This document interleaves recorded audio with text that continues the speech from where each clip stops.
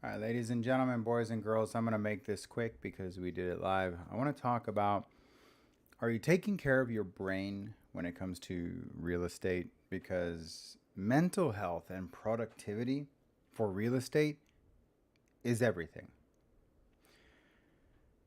Of course, welcome back, ladies and gentlemen, boys and girls. I want to just cover this topic. I don't know that I really see anybody talk about this, but it's important. Usually we talk about mental health for children, sometimes adults, but as adults, we're all kind of expected to suck it up and move on. And that's what this is. I'm going to tell you to suck it up and move on. But I'm going to acknowledge that it's there. A lot of you guys don't know just how, and I probably never really tell just how deep my mental health goes. I've never been, to the end, but I struggle a lot with attention deficit disorder. For me, it is so incredibly easy to get distracted. And I know everybody has a certain degree of it, but some people need to be medicated.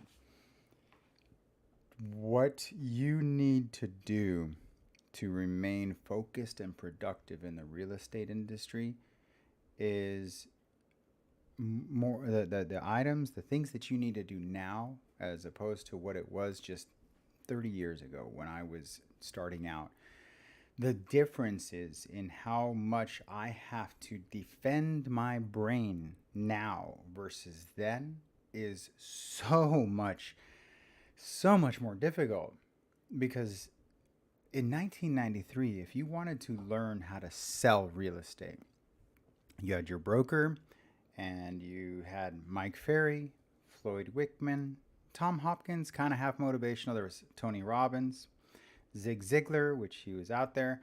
But when you wanted to consume that content, you had to purchase their cassettes. Fortunately, my mom and dad were big on that kind of stuff, and that helped so much.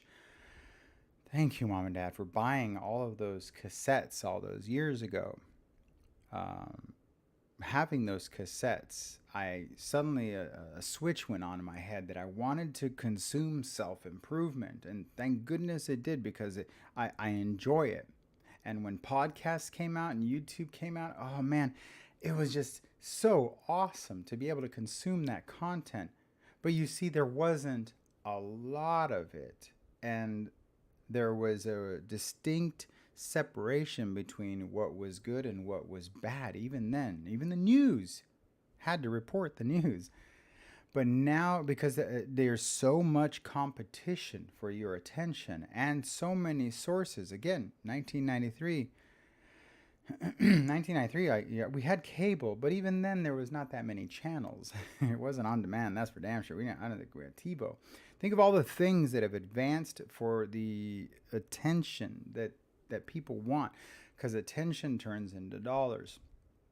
Even the media, right? The newspapers and the television has to compete with the 1,000 pound elephant, the internet, where now the radio turned into a podcast, the television turned into YouTube, and the newspaper turned into a feed on all of these platforms just below or next to those other two platforms. There's so much information for the content that I used to want, right? Learning about self improvement and learning how to sell real estate. Problem with that is that's not all that we are made of. We are made of other elements: leisure, fun, entertainment, right? Things that we enjoy on our free time. But when I was starting out, when we were done with the day's work, we went somewhere else and we didn't take it with us. It wasn't in our hands. It wasn't this automatic response to, there is nothing going on right now. Let me grab this to maintain this low dopamine levels, right? To get that hit, the adrenaline. And this is causing such oh god, there's no stopping it. I've been immersing myself in AI like Chat GPT and then some Bard. all of the other things that unless you, I mean, I have a feeling a lot of agents are just there for listing descriptions. But if you've ever really gone down the rabbit hole of what this stuff is doing, it's amazing. Excuse me, it's amazing and scary AF because there's so much power behind it. But what that's doing is creating situations, scenarios where anybody with an opinion can more than ever create a professional looking media platform for you to consume. Which means that over the last couple of years, even 10 years ago, when I wanted to watch a real estate sales training and coaching podcast or YouTube channel, there were very few choices. And so I could look at them and their thumbnails would look bad or the title would look bad, the audio was bad. I could just eliminate and say, no more. But now there's not just one or two.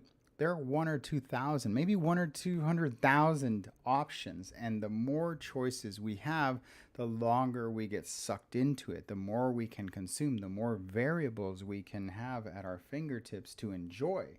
And when you have an all-you-can-eat buffet of knowledge for your business and pleasure for your leisure, it becomes all-encompassing, which is not so bad unless these individuals that are feeding your mind, nourishing your brain, because we are two things on this planet. We are mental and elemental. So therefore, mentally, we have what we hear, taste, touch, sight, sound, all the senses that process through our brain. Those are the things that fuel our body. And then the elemental, which is our body, we can control what we eat and how we behave physically. But we've got a huge imbalance when it comes to the mental. That's why we got a big mental health problem right now, because we got way too many choices here for the consumption of content. So as we open up our devices, TikTok, for example, if you've never touched TikTok, it's brilliant. You go in there for 5 minutes and it will cater itself to everything you enjoy and eliminate everything you don't, and it will keep you there. How does this work for real estate productivity if you're in there? And then we have the real estate sales trainers and coaches. In many cases, they don't have stripes, they don't have the experience, they don't have the history or the track record to be spewing their ideas and opinions about what you should be doing to sell real estate. 30 years ago, those who could not succeed in real estate became managers, right? That's an old joke, but that was the case when they didn't want to hustle and go out and get it. And very few of them would be leaders and like expansion and team and all the things you see now. And then there was this shift where now we are forming leaders and creating team leaders, and everyone's got their own independently owned and operated. But the problem with that, again, is now we are being guided and directed by information that we think is meant for us, and we comparison being the thief of, I don't know, what is comparison the thief of? Joy. That now we look at other people's numbers and question how did they get those results, and the majority of them will never tell you how they did it.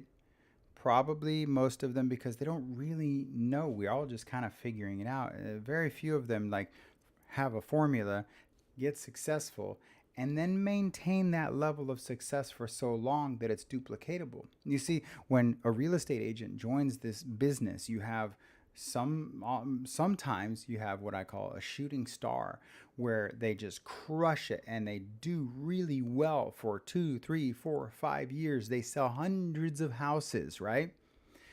And so very soon after, they get approached by someone that says, show me your ways. And there's some pleasure that comes from being asked about your ways that many of them pull away from product. I see it all the time, and you've probably seen it too. You know who I'm talking about. Plenty of those people.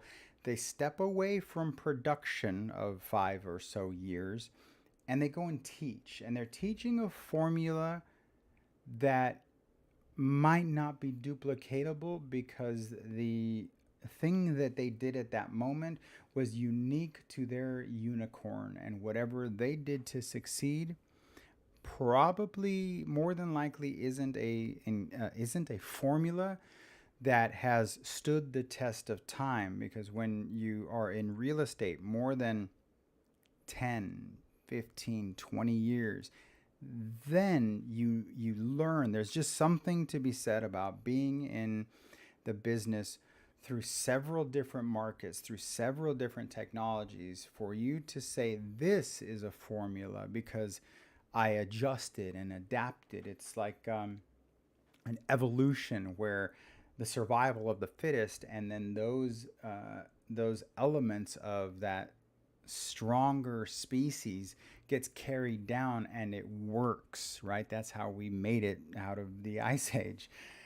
What am I getting at? What I'm getting at is a lot of information coming to you is information that isn't for you. Oftentimes, it is information that has been packaged cleverly, has been put together in a uh, squeeze page or a click funnel, that when you consume this individual's content, you fall a victim to the belief that what they did is going to work. And then you find out that it's not working. And now here you are in year 2, 3, 5, 6, 7, and you're still in the same. And perhaps maybe what they showed you worked for a couple of, maybe not. But now, with the market shifting the way it is, the cheese moved. When you have something that is so new, it has a chance of dying, right? Anything that's young is fragile. Anything that has been around a while has stood the test of time. It goes for a lot of things in life.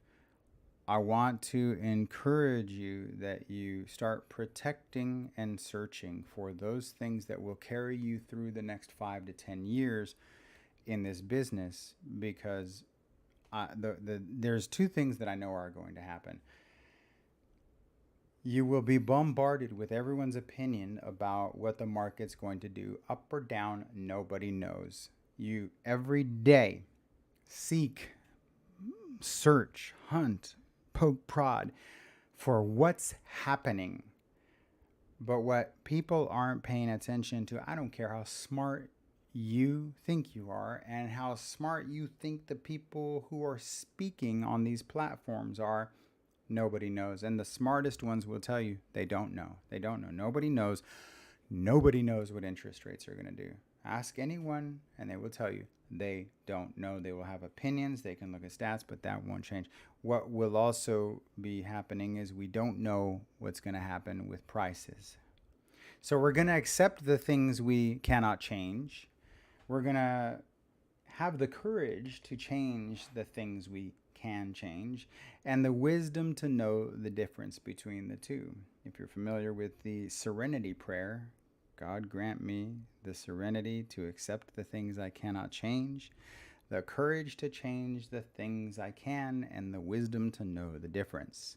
I'm pointing out to you the wisdom to know the difference between the things you cannot change. And every day I work on giving you guys the courage to change the things you can. What can you change?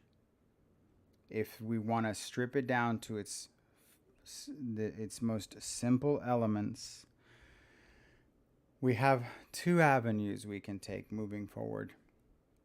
We have prospecting and we have advertising. Both of these are marketing. Prospecting and advertising, both of them are marketing. Telemarketing, door-to-door marketing, advertising, print marketing, they're all marketing. Identify these. God grant me the serenity to accept the things I cannot change, and the wisdom to know the difference. The wisdom is here, my friends. The wisdom is here. I'm giving it to you now. These are the things that you cannot change. Marketing, marketing. Advertising, prospecting. Prospecting exists in only two ways: telephone and door-to-door. That's it. Prospecting is only the telephone and door to door. There is no other prospecting method. I'm laying it all out for you. Well, James, what about MMS marketing? Did you say MMS marketing? You mean where you send a direct message and they ignore it? That's advertising. Similar to you sending a postcard and they ignore it. You see how I know the difference is one is active and one is passive. When it is active, it is a real time demand for a response, meaning that I'm right here looking at you. This is not delayed reaction. When I ask you a question, are you thinking of selling your house, yes or no? It is just human nature for you to tell me that answer or close the door or hang up on me. But more than likely, you're a common, decent member of society. You will provide me that answer. That's just how life works. A demand for answer is what active. That's how I know there are only two, because I cannot imagine, after 30 years of doing this, how I can get somebody to tell me right now, are you thinking of selling or buying right now? You tell me right now. Because there are only two real-time methods of communication, by the phone and at your face, that I can, in live, right? I guess if you live streamed and you asked the question and it came back, but isn't that just a phone call? I mean, isn't that a phone? You say something and then they type it back. It's real time. So it's in the now, it's in the present, it is active. And then the other avenue is passive. Passive avenues of marketing are everything you know. Everything you know, from twerking on TikTok to printing in the paper to leaving postcards or pumpkins. This is marketing. These are all pieces. Even sending a text message directly to someone you know, an MMS, even if you leave a video, even if you leave a stack of $100 bills on their doorstep and you say, call me in the next 10 minutes to keep this $100 bills, all you have to do is press 1 for yes or 2 for no. Thank you. You might not get an answer. Someone might be like, thank you for the money, sucker. Come on. Because it's passive. They have, you heard this one? A call to action. Ring, ring. No one's answering. I'm calling you. I need your action. But no one's picking up because it's a delayed response. It is a request, a call to action, a demand for answers, right? Call to action, demand for answers. So those are the things you can change. Now, with marketing and advertising, what can you do right now to get people to come to you? Because let's face it, we want listings. If you want buyers, get listings. I'm not going to teach you to get buyers. I don't teach you how to get buyers. I don't want to get buyers. I want to get listings. And then I want buyers to call me for my listings. And if buyers call me for my listings and I can't sell them, I might sell them another house if they're qualified, or I want to work with them. If not, I refer them and I get paid that way, right? We're all on the same page. I hope we're on the same page. I think we're all on the same page because I am still an agent in production. You see this little realtor? This is not just for this program. I am active. So I learned 20 years, 30 years now in the business. I look for all the ways that I can get the business under my terms, under my schedule. You wanted freedom, you got it. But what does that involve? Do you want to wait? Then you got to either wait with time or accelerate that time of waiting with money. So you pay into the pay-per-click and you give those internet people your money. And what more often, absolutely, positively, 100% know this for sure, and everybody else does too, that when you pay for the internet, people do come to you.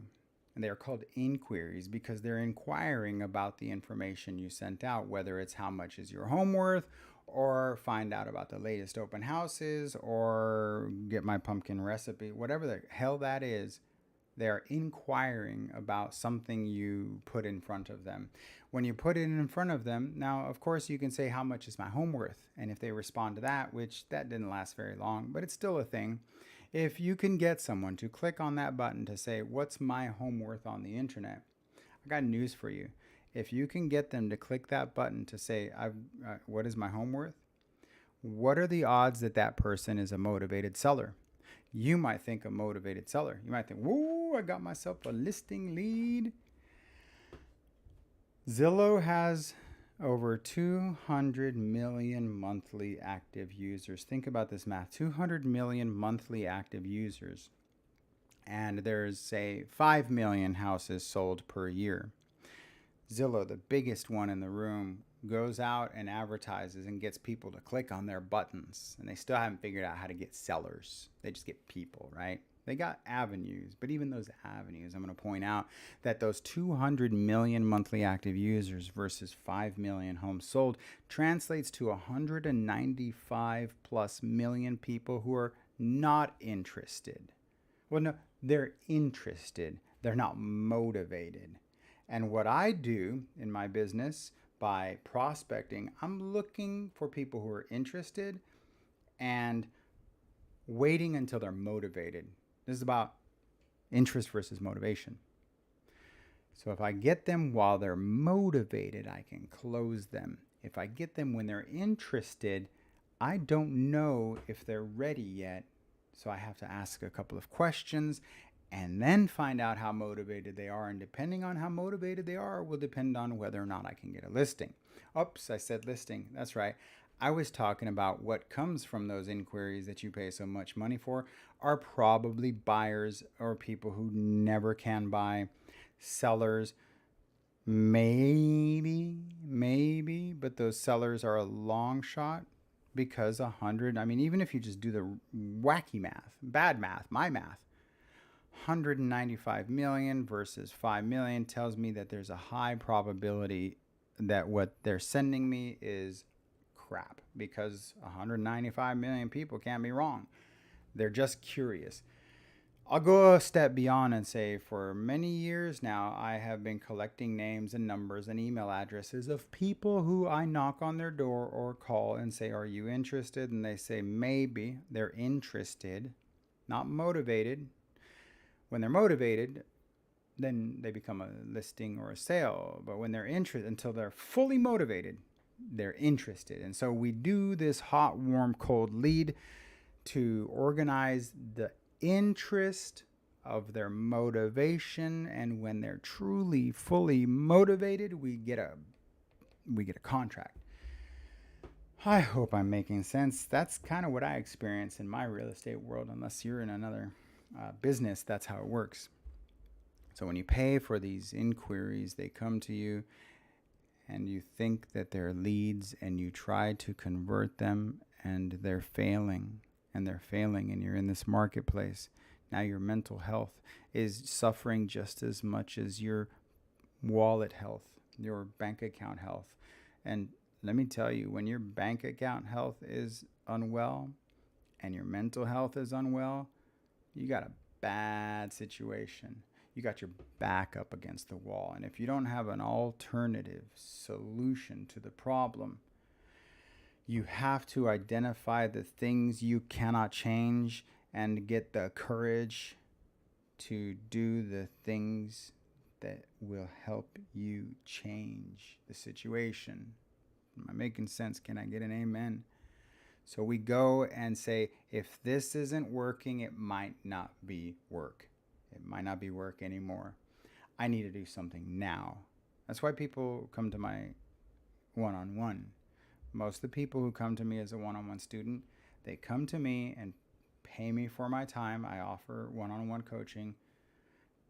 I don't have to sell it. I very rarely sell it because you have to come to me and say, James, I need a Hail Mary. I'm at my wit's end and I know prospecting works. I've been watching your stuff and I know it works. Everybody I listen to says it works, but they don't tell me how. They tell me drive the car, but I don't know how the car works. And unfortunately, I'm the mechanic too.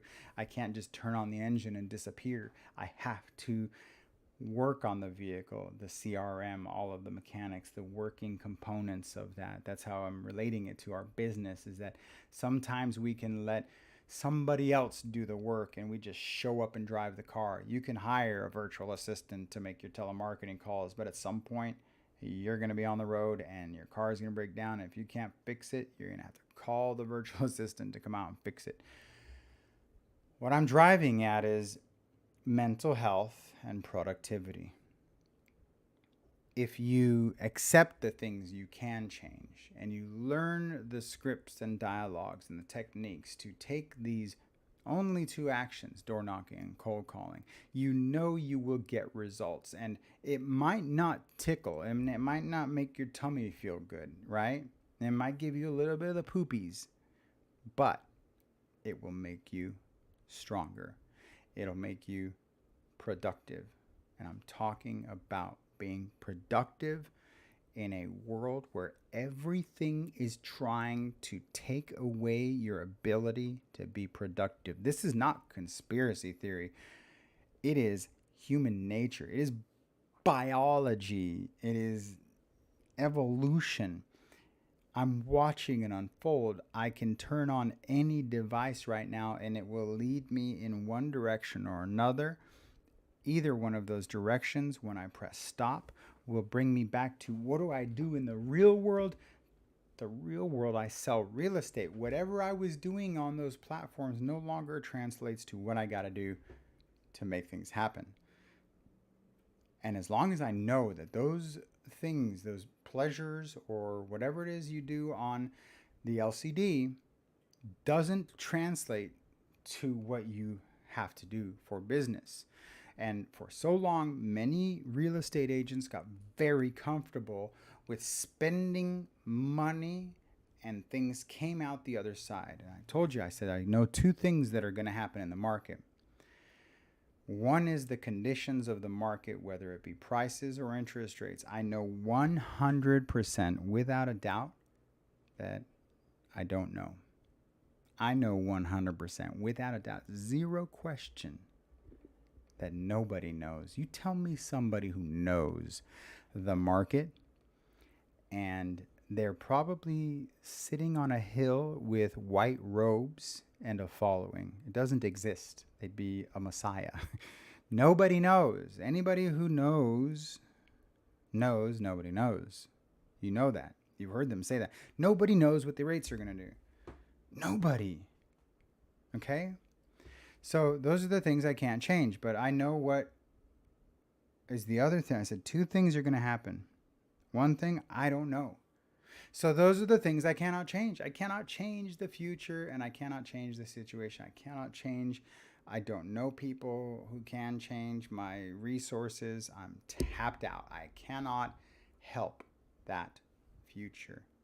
And in that future, I also don't want to spend money on elements of the universe to bring me inquiries, to filter, to find nothing.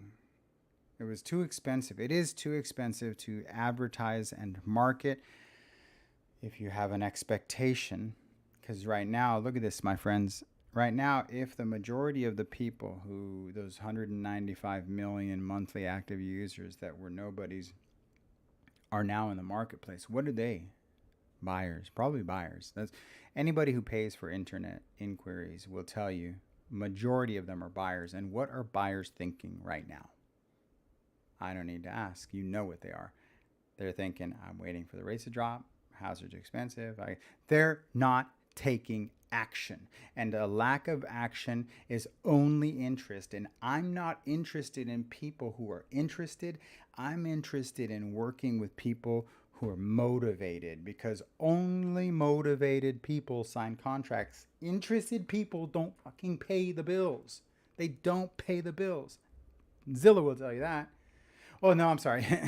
They do pay the bills for Zillow because they sell those 195 million back to real estate agents and stick a little label on it that says leads for sale, which is a total misrepresentation of what they're selling. They're selling inquiries and possibilities. And yes, there are leads in there, but the cost for what I'm seeking, what I'm teaching you to look for, is listing. A listing in my area. I want to be more specific and just saying a listing. I don't want a listing in Temecula. Temecula's an hour away. I don't want a listing an hour away because chances are it'd be pretty hard to like fight for that if they're interviewing other agents or they want to know where my office is. Or, I've got a lot of odds stacked against me for a listing an hour away if I'm competing against another agent. It's just hard, right? And chances are they know an agent. Chances are most people you're talking to over the phone know an agent.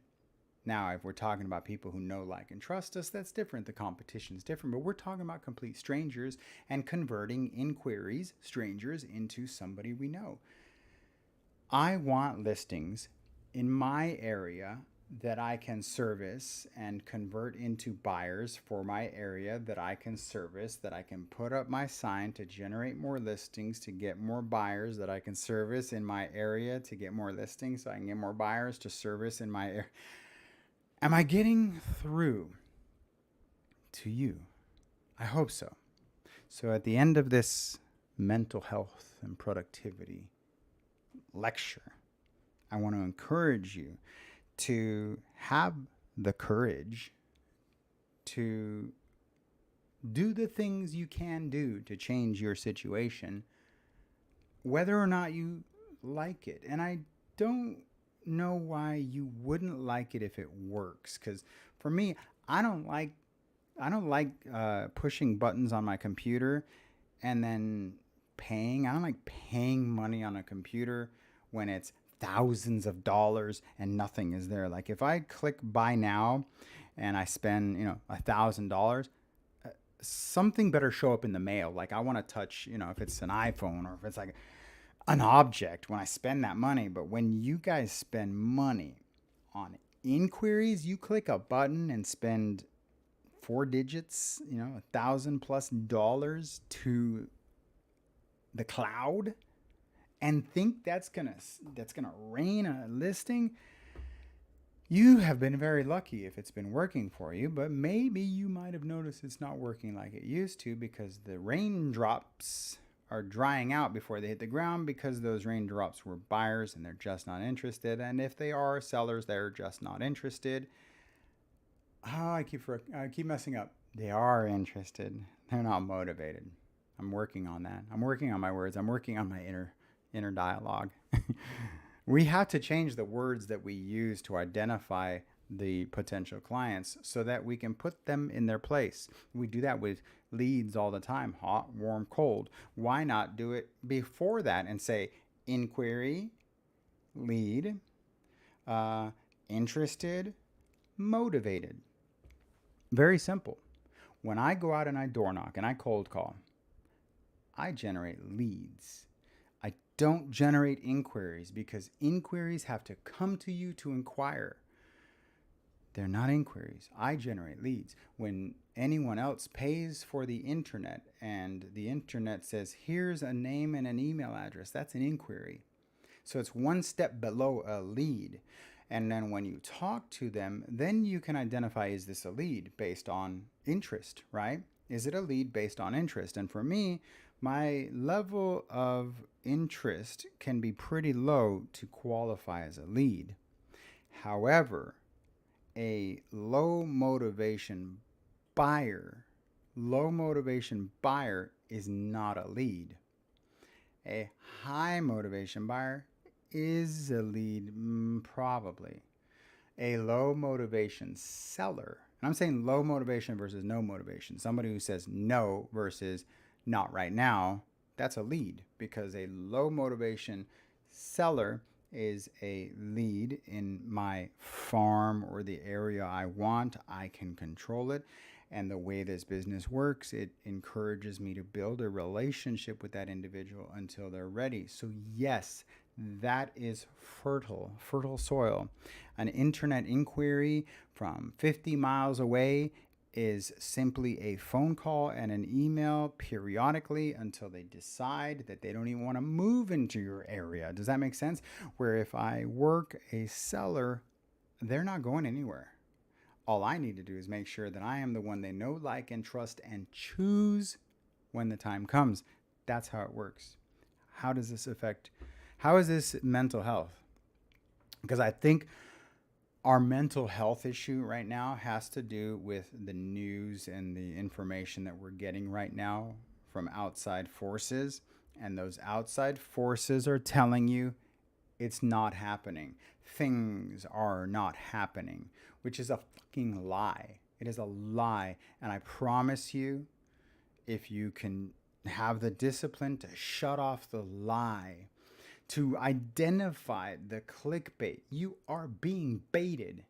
Even those who you trust and respect on the internet who say crash on their title cover, when you click on it and you open up and you listen to it, they're like not directly telling you, I put crash in the title, but there's no crash. Prices are great. And so even then, they're baiting and switching. And that's just, to me, bait and switch is a fucking lie. I don't do that on any platform. I don't tell sellers I have a buyer if I don't have a buyer. I just don't. I don't call buyers and tell them that they're qualified if they're not qualified. Does this make sense? Bait and switch is a lie. And when you get lied to by people you trust or complete strangers, it affects your soul. It affects your ability to produce because that lie still has an element of truth. Even if that person didn't tell you, you know in the back of your mind it is possible for the shit to hit the fan. But I don't need your amateur bullshit to tell me that it's all effed up, because you don't know what I know now. And what I know now is that you don't know, therefore I cannot change what you don't know and what everybody else doesn't know, but I do now know, because James Festini told me, I do now know that if I just put my head back in the business and accept the things I can't change and the courage to do the things I can, prospect and door knock. And if you don't know how, call me. I will train you one-on-one. My products are there. I'm available if you need me. Don't ask me to coach you if you're not interested. The same reason I don't want unmotivated sellers. I don't want unmotivated buyers. I don't want unmotivated agents. Most of the agents who hire me for one-on-one are they're very motivated. They're practically in tears motivated because they effed up by following a formula that looked like work, but it didn't work. Therefore, it wasn't work. It was something else disguised as success based on that person's previous success that was not a sustainable formula for hard times and a business model for the good times. 30 years in this business. 30 years I've been in this business. That has to account for something. So I don't have a Bugatti, but I feed my family and I provide a living. What more do you want in this business? You want to be buku money? Follow them and chase rainbows for the rest of your life, and you will be. I never told you the two things that were going to happen. That's right. The one thing that's going to happen is I don't know what's going to happen. The other thing I know what is going to happen is that there will be a purge of real estate agents like the likes of which you never have known, and they will not be back. They will not be back. I am confident that 90% of the real estate agents in the business could disappear, and there would still be way more business than every one of those 10% left behind can handle.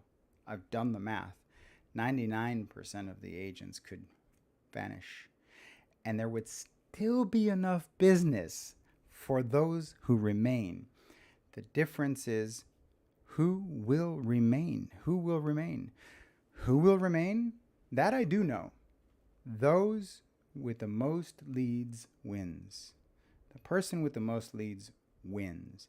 The most relationships. I don't care if Big Box takes you over. You will have a database of people who know, like, and trust you. And no matter what AI real estate Bezos or Musk does, they're probably the ones who take us down one day, or the robots. You will have humans. And when you have a human connection based on what I'm teaching, I'm not telling you love them and leave them, call them and hang up and take their money and run. I'm saying service them, create a database of people who know, like, and trust you so that you can get the listing, so that you can get the buyer, and that buyer will come to you and you will sell their house and you will get other listings from that house, and from that other house you will get more buyers, and when you get more buyers you sell them a house, and you will have this web of unshakable foundation. Look at the number one agent in your town and any town USA who has been in the business for more than 15 years, and you will absolutely find one common denominator, and that is that they exist at the top of the food chain in real estate. And well, I have never talked about this, but I have a pyramid, and at the top of that pyramid is what I call KLM or CLM. Come list me. They exist in a space where they no longer have to prospect, lead generate, or spend any money on inquiries. They market themselves, whether it's aggressive or passive, depending on how they feel, but they have a butt ton of money to put their face out there so that people don't forget them, but they are the number one agents in the economy, and they get people who simply say, I'm thinking of selling my house. They don't have to do this because they've built the foundation decades ago. I'm almost hitting that decade mark, and I'm starting to get that kind of business. I started about 4 years ago where people were like, James, I see your signs everywhere. I see your name everywhere. I'm thinking of selling. But there's going to be a certain tipping point where I no longer have to door knock. I no longer have to cold call. Even though I enjoy it, I don't have to because I fought through. I was mentally tough through the hard times, and I did what I had to do to feed my family. And if you are not prepared to work with a capital W, all caps, bow out. Come back another time. Well, not unless my prediction doesn't work, then it just won't happen. There just won't be any agents. Once they liquefy NAR and they incinerate the local boards and it's just one universal MLS, the next thing they're going to unify are attorneys and agreements, and it's going to be one. That's how we do it. That's our nation. That's our planet. We all want $1. We all want one religion. We all want one everything. And when they consolidate our business into one, it will be access to the many, and there will be access to the few. And those with access to the few will still make a good living, because not everybody will want big box streamline AI real estate brought to you by Musk and Bezos's, test tube baby. It will be relationships with people who know, like, and trust you. And as the numbers look good, they're fine, because I use those platforms. Mr. and Mrs. Seller, I use the chip embedded into my skull. But what I also bring to you is me. You don't want those robots, do you? Would you trust a robot? No, I would never trust a robot. I hate the robots. And you'll get the business. I could go on about this. I'm both afraid and inspired. My mental health is right there on the edge of fear and pleasure, and I just do one thing: work. And in my honest opinion, the only work is prospecting. The other stuff isn't working for the majority of agents. There are some who are doing it, and you're going to tell me, but Susie Blue, she's selling 100 houses a year and she advertises there. Yeah. Do you think Susie Blue is telling you exactly what this Susie Blue is not going on a podcast and telling you what she does. They don't do it. They don't. Why would they? Why? Because I love people and I want to share. No, they don't do it because their competition's listening. You don't think if those top 5 ladies who are right around here, if they went on a podcast, I would hear about it and I'd be like, oh, interesting. Oh my God, they do that? I never thought about that. Boom. right? If your number one competition found out what works, they got the money to do it. So think about it. Think about it. All right. Thank you for watching. I appreciate it. Hope you guys listened. I hope you listened to the end. I don't know if I want to keep this video. I always create content that I never think is good enough for everyone. Only that I wanted to hear myself, remind myself that this is truth. And sometimes I hit record and I say what I feel and I see my reflection, because when I look at you, I'm right there. I'm talking to myself. All I'm doing is hitting record and uploading. But this is a conversation between me and me. I let you in because I feel that maybe someone else needs to hear this. If you're that someone else who needed to hear this, say thank you. If you're that someone else who not only needs to hear it, but is like, he's right. Okay, James, where do I go? What do I do? I surrender. I cannot accept this, but I know what I can. Let's do it. And I'm available.